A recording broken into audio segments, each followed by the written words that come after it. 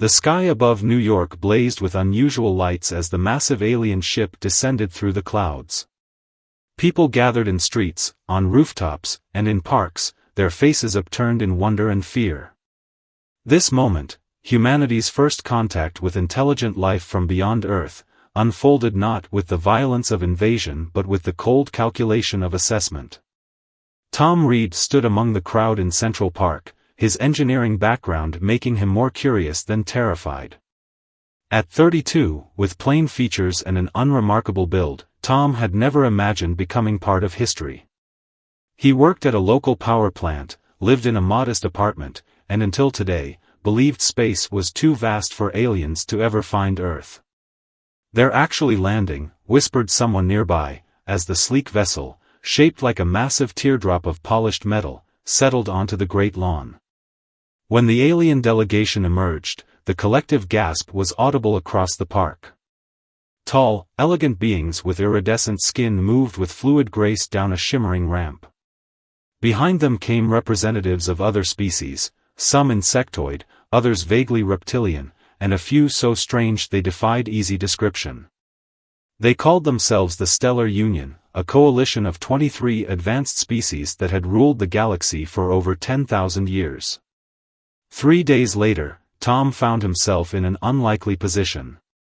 During a public demonstration of Union technology, he had spotted a critical flaw in an energy converter and, without thinking, stepped forward to point it out. Rather than being punished for his interruption, his insight had caught the attention of Exor, a Union diplomat. "Your assessment was correct, human," Exor told him later, six-fingered hands folded together. "Most species require centuries to understand even basic Union technology. Perhaps your kind has modest potential." This backhanded compliment led to Tom's inclusion in discussions between Union representatives and Earth's hastily assembled diplomatic team. "We have evaluated your species thoroughly," announced the Union's head diplomat during a global broadcast. Their voice, translated by advanced technology, sounded artificially pleasant. "Humans are physically weak, with limited sensory capability and rudimentary technology. Your civilization has barely achieved spaceflight while ours crosses galaxies." World leaders shifted uncomfortably as the assessment continued. "However, you show acceptable intelligence and adaptability.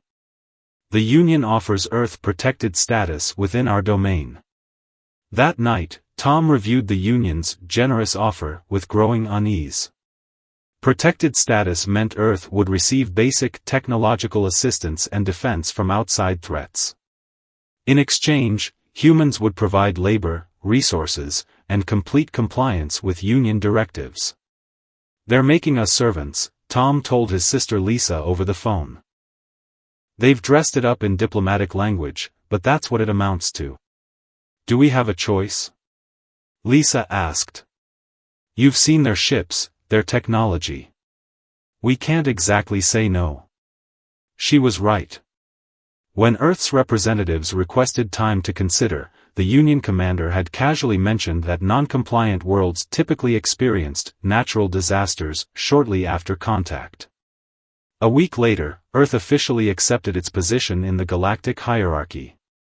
Union officials established a headquarters in Geneva and began selecting humans for off-world assignments. Tom, because of his earlier recognition, received an assignment to a Union research station. Before leaving, he attended a briefing where he noticed several representatives from other, protected, species, all regarded as physically unimposing by Union standards. During a break, Tom approached one such being, a short, gray-skinned alien named Kel. "How long has your world been under Union protection?" Tom asked carefully. 300 cycles, Kel replied with what seemed like resignation. "My great-grandparents still told stories of independence." "Are there many worlds like ours? Considered too weak to be equals?" Kel glanced around nervously. "More than the Union acknowledges. They collect the physically unimpressive species.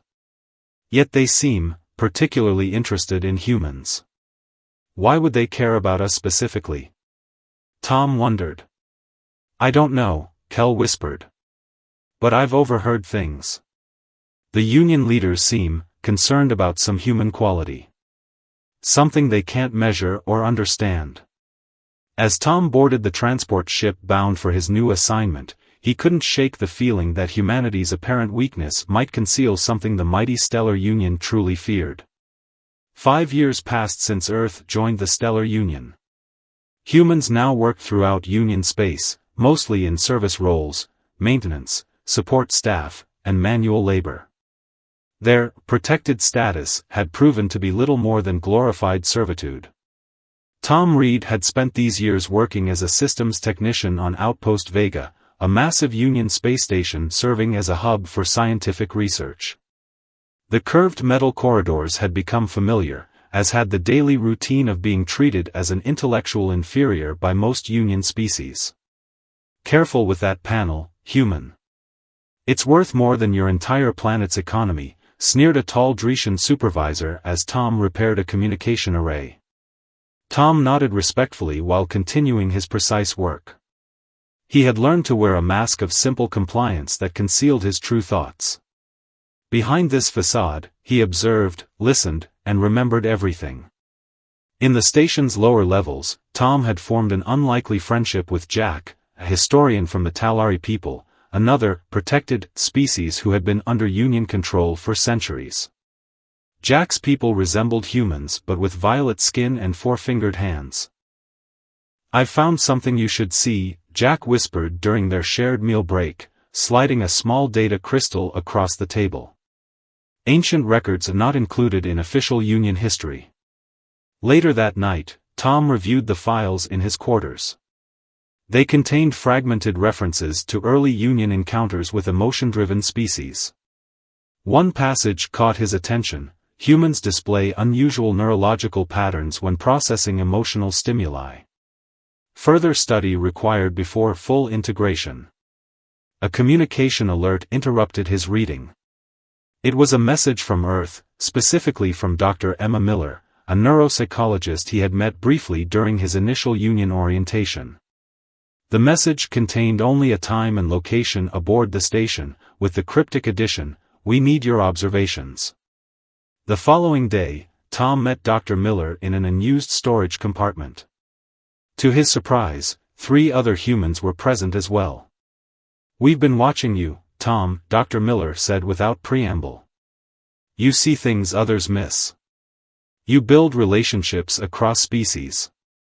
The Union thinks it's just human friendliness, but it's more." "What exactly is it?" Tom asked cautiously. "Emotional intelligence," she replied. "Humans process emotions more deeply and complexly than any known species. While the Union values physical strength and technological advancement, they've overlooked something fundamental." Dr. Miller activated a holographic display showing brain scans of various species. "Look at the neural connections when experiencing emotions like empathy, hope, or determination. Humans light up like supernovas compared to other species. Is this why the Union keeps us in check? They sense this difference? They notice the effects without understanding the cause," another scientist added. "They see humans forming unusual bonds with other species, adapting quickly to new situations, finding creative solutions. It makes them uneasy." Dr. Miller nodded. "We've been quietly studying this since first contact. Earth has authorized a classified project to understand and potentially utilize our emotional intelligence as a diplomatic tool." Tom thought about his interactions with Jack and other non-humans, how he could often sense their feelings despite physiological differences. "We need people like you, Tom," Dr. Miller said. "People who can navigate this emotional landscape naturally. Will you help us?" As Tom considered her offer, he realized this might be humanity's path to true respect in the galaxy, not through force or technology, but through a power the mighty Union had failed to recognize. "I'm in," he said, feeling a sense of purpose for the first time since leaving Earth. The alarm blared through Outpost Vega, its harsh tone echoing off metal walls. Red emergency lights bathed the corridors as the station's AI announced, warning. Unauthorized vessels approaching. All non-essential personnel report to secure areas. Tom ran toward the command center instead of his assigned shelter. Dr. Miller had integrated him into her team 3 months ago, and he'd been secretly training to use his emotional intelligence in crisis situations. "Pirates," explained the Union security chief to his officers as Tom slipped into the room. "The Black Void Gang. They're after our research data and supplies." Tom noticed how the officer barely glanced at the station's human section on the holographic map. Union protocol classified humans as non-essential assets during emergencies. "Sir," Tom spoke up, causing several alien heads to turn in surprise. "There are 27 humans and 14 Talari in the East Quadrant maintenance bays with no direct access to shelters." The chief dismissed him with a wave. "Security forces will respond to priority areas first. Lower-tier species will be assisted if resources permit." As the pirates' ships docked on the station's outer ring, Tom made a decision. He contacted the other members of Dr. Miller's project through their secure channel. "This is our chance to prove what humans can do," he told them. "Meet me at access point E14. 6 humans gathered at the maintenance junction, including Lisa, a former emergency responder who had joined the project last month. "The pirates will reach the trapped workers in approximately 12 minutes, Tom explained. "Union forces won't get there for at least 30 minutes. "What's your plan?" Lisa asked. "We use what makes us human," Tom replied, distributing basic medical kits and tools. "Our ability to connect, to inspire trust across species barriers." They moved quickly through maintenance tunnels until they reached the trapped workers. Both humans and Talari looked up in surprise.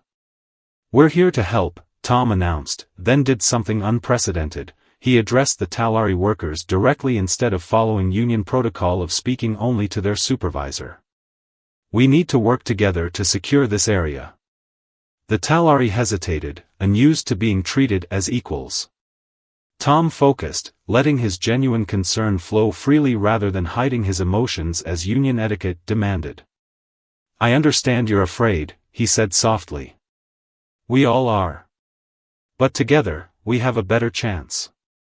Something in his voice, his expression, or perhaps the emotional energy he projected reached them.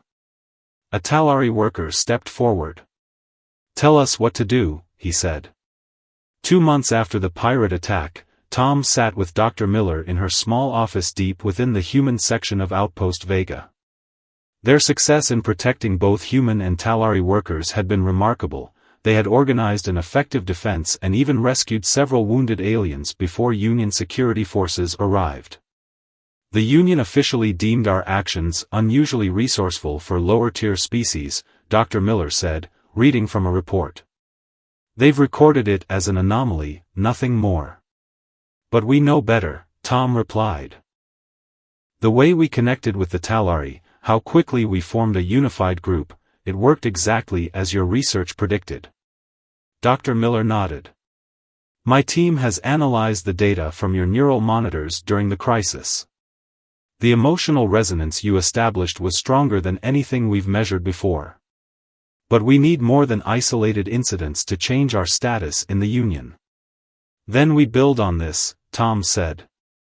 "We find others who see what we see, not just humans, but allies from other species who recognize this potential." Their conversation was interrupted by a message alert. The station's docking bay had received a diplomatic vessel from Earth carrying new personnel for the outpost. Among them was a name that caught Tom's attention, Anna Reed, no relation to Tom, but a senior diplomat who had been working on Union worlds for the past 3 years. When Tom met Anna in the station's welcoming area, he immediately sensed something different about her. While other newly arrived humans looked overwhelmed, Anna carried herself with quiet confidence. "You must be Tom," she said, shaking his hand. "Your name has come up in certain circles." Later, in a secure room, Anna revealed why she had requested assignment to Outpost Vega. "I've been developing the same skills you have, but in diplomatic settings, she explained. I've discovered I can sense emotional undercurrents in alien species that their own kind miss. I've been using it to resolve disputes between Union members. Without them realizing how you're doing it, Tom said, understanding immediately. Anna smiled. Exactly. They think I just have good intuition for a human. But I've been meeting others like us, not just humans, but members of other, protected, species who show similar abilities. You're building a network, Tom realized. A network of emotions and understanding that crosses species barriers, Anna confirmed. Dr. Miller's research gives us scientific grounding, but we need people who can apply these skills throughout Union space. Tom felt a surge of hope.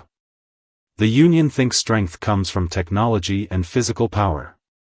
While we're quietly building something stronger, Anna finished. Connections. The highest chamber of the Stellar Union Council gleamed with polished stone and ancient symbols. 12 beings, the leaders of the most powerful species in the galaxy, gathered around a circular table. Admiral Zar, the imposing military commander of the Dretian forces, stood addressing the council. These reports cannot be ignored, he stated, his scaled skin reflecting the chamber's blue light. Unusual cooperation is developing between multiple protected species, centered around human activities. The Union Prime, a tall being with crystalline features, studied the data hovering before them. Patterns show increased efficiency, unexpected problem-solving, and diplomatic resolutions that our analysts cannot explain. Humans are merely simple laborers, countered another council member.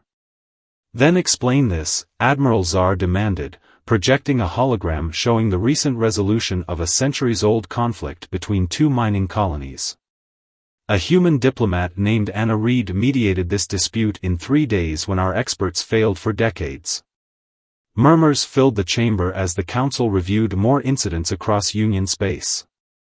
The humans are hiding something, Admiral Zar concluded. Their physical weakness conceals an unknown ability that threatens Union structure. If protected species begin cooperating independently, our entire hierarchy becomes unstable. The Prime nodded slowly. What do you propose? Containment. Restrict human movement through Union space. Increase monitoring. And prepare to isolate Earth if necessary. Meanwhile, on Outpost Vega, Tom and Anna met with Dr. Miller in a secure room shielded from Union surveillance. The doctor's face was grim as she shared information from her Earth contacts. Our network intercepted Union communications, she said quietly. They're planning to restrict human access to key positions and eventually cut Earth off from the rest of the galaxy. Tom felt a cold weight in his stomach. How much time do we have? Weeks, perhaps a month. They're already reassigning humans from sensitive posts. Anna paced the small room. Our network isn't strong enough yet. We've made connections with 17 species, but we need more time. Dr. Miller hesitated, then activated a small device on the table. A holographic blueprint appeared, intricate circuitry surrounding what looked like a neural interface. This is what my team has been developing, she explained. We call it the empathy bridge. It amplifies our natural emotional intelligence and can transmit those emotional states between species. Tom studied the design. A technology that turns our greatest strength into something that can reach across the galaxy.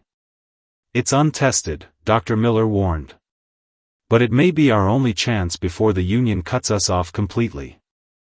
The Union fleet appeared in Earth's orbit without warning, 20 massive warships arranged in perfect formation, their weapon systems powered and ready. On the flagship's command deck, Admiral Zar surveyed the blue planet with cold calculation. Begin the blockade, he ordered. No vessels leave Earth's atmosphere.